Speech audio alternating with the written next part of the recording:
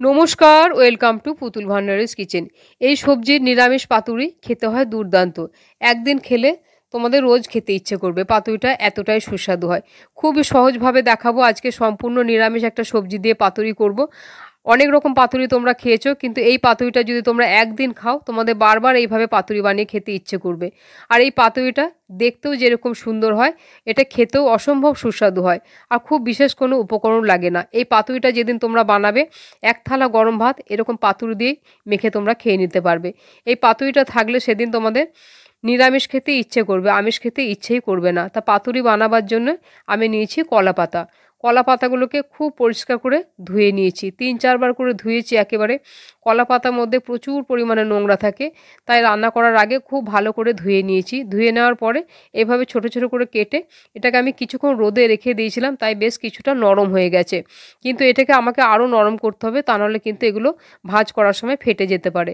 তাই gas on করে আমি তাওয়াটা ভালো করে গরম করে এইভাবে তার মধ্যে দিয়ে একটা কাপড় দিয়ে এভাবে চেপে চেপে ধরে পরে এটাকে পাতাটাকে নরম করে নিচ্ছি। তোমরা চাইলে একটা রুটি সেকার মধ্যে দিয়েও গ্যাসের উপরে রেখে পাতাটা সেঁকে নিতে পারো।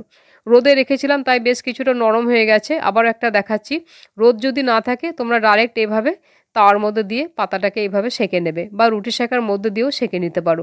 তবে এইটা করতে বেশি সহজ মনে হয়, তাই আমি এইভাবেই পাতুরিগুলো বানাই।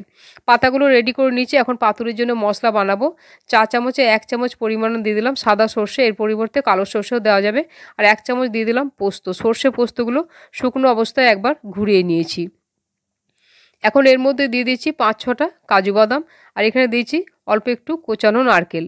ঝালের জন্য দিচ্ছি 4টে কাঁচা লঙ্কা। ঝালটা তোমরা তোমাদের পছন্দ মতো কম বেশি করে নেবে। সামান্য পরিমাণে একটু জল দিচ্ছি, খুব বেশি জল দেওয়া যাবে না। একটু বেশ মোটা মোটা করে পেস্টটা করে নিয়েছি। দেখেই বুঝতে পারছো যে মশলাটা আমি খুব বেশি কিন্তু পাতলা করিনি, একটু এরকম মোটা করে পেস্টটা করেছি।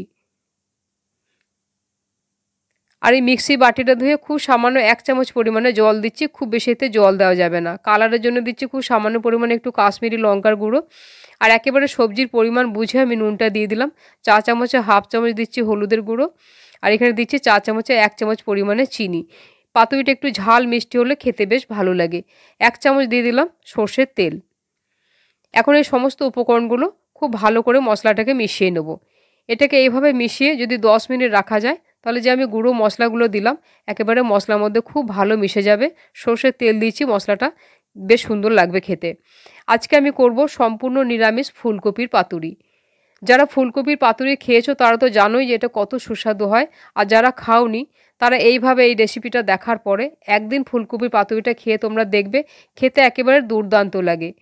একদিন বানিয়ে খাওয়া তোমাদের অনুরোধ জানালাম। ফুলকপিটাকে পিছন দিকটা কেটে এইভাবে আমি মাঝ বরাবর 2 টুকরো করে কেটে নিচ্ছি। এদিকে আমি কড়াইয়ে কিছুটা পরিমাণে জল গরম হতে দিয়েছি, সামান্য একটু নুন দিয়ে দিলাম জলের মধ্যে।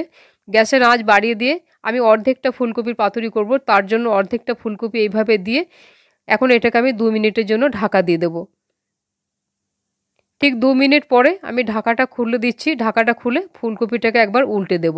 খুব বেশি কিন্তু গলিয়ে একেবারে সেদ্ধ করা যাবে না, যেন ফুলকপিটা বেশ গোটা গোটা থাকে। আবারও এটাকে ঢাকা দিয়ে দিচ্ছি, আর গ্যাসের ফ্লেমটাকে এই সময় আমি অফ করে দেবো। এইভাবেই আমি 2-3 মিনিট রেখে দিয়েছিলাম। এখন ঢাকাটা খুলে ফুলকপিটা জল থেকে তুলে নিচ্ছি।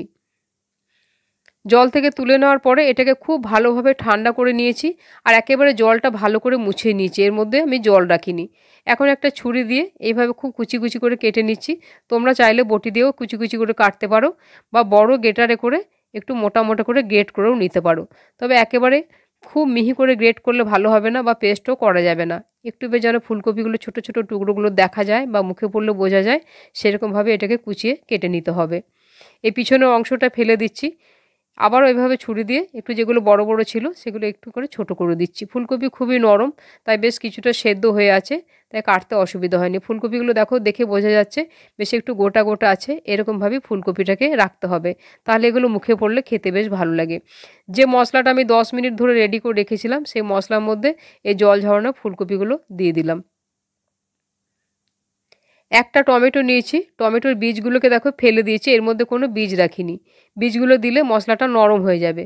এখন টমেটোটা দিয়ে এই সমস্ত উপকরণ খুব ভালো করে এটাকে মেখে নিতে হবে।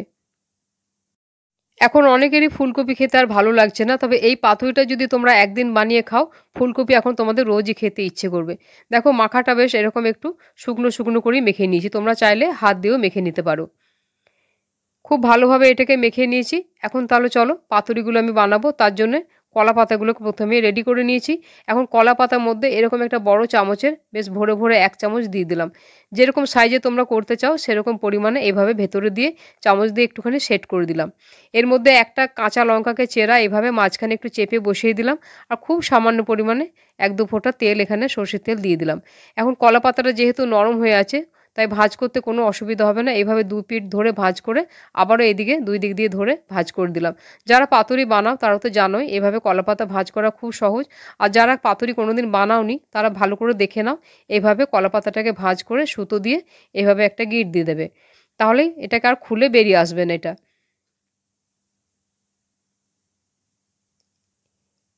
এইভাবে একটা পাতুরি বানিয়ে নিয়েছি, আর এই সুতোটা এইভাবে ধরে টানলেই পাতুরিটা খুব সুন্দর সুতোটা খুলে যাবে। আবার একটা বানিয়ে দেখাচ্ছি।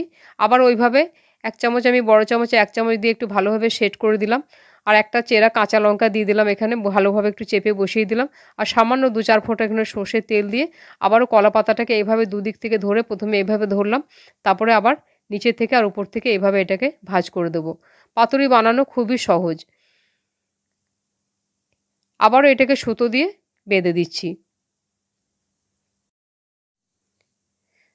সমস্ত পাতুরিগুলোই এইভাবে প্রথমে আমি বানিয়ে রেডি করে নিয়েছি। আর এই যে একটা কলাপাতা দেখছো একটু কালো, এই কলাপাতাটা আমি রুটি সেঁকা দিয়ে গ্যাসের উপরে সেঁকে নিয়েছিলাম। এখন পাতুরিগুলো ভেজে নেওয়ার জন্য ফ্রাইং প্যান বসিয়ে দিয়েছি।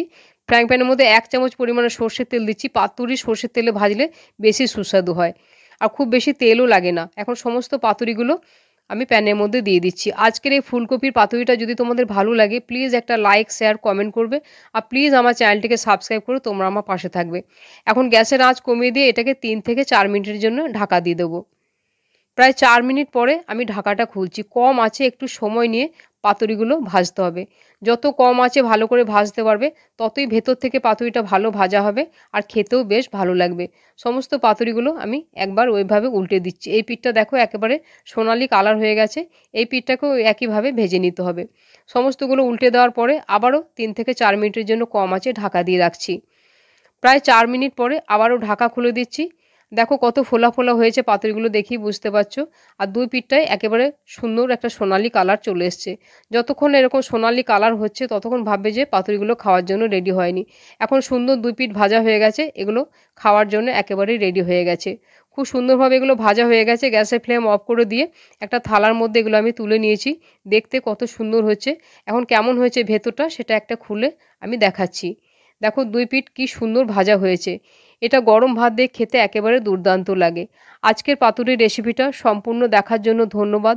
তাহলে আবার অন্য কোনো দিন দেখা হবে অন্য কোনো রেসিপিতে। সবাই ভালো থাকবে। নমস্কার।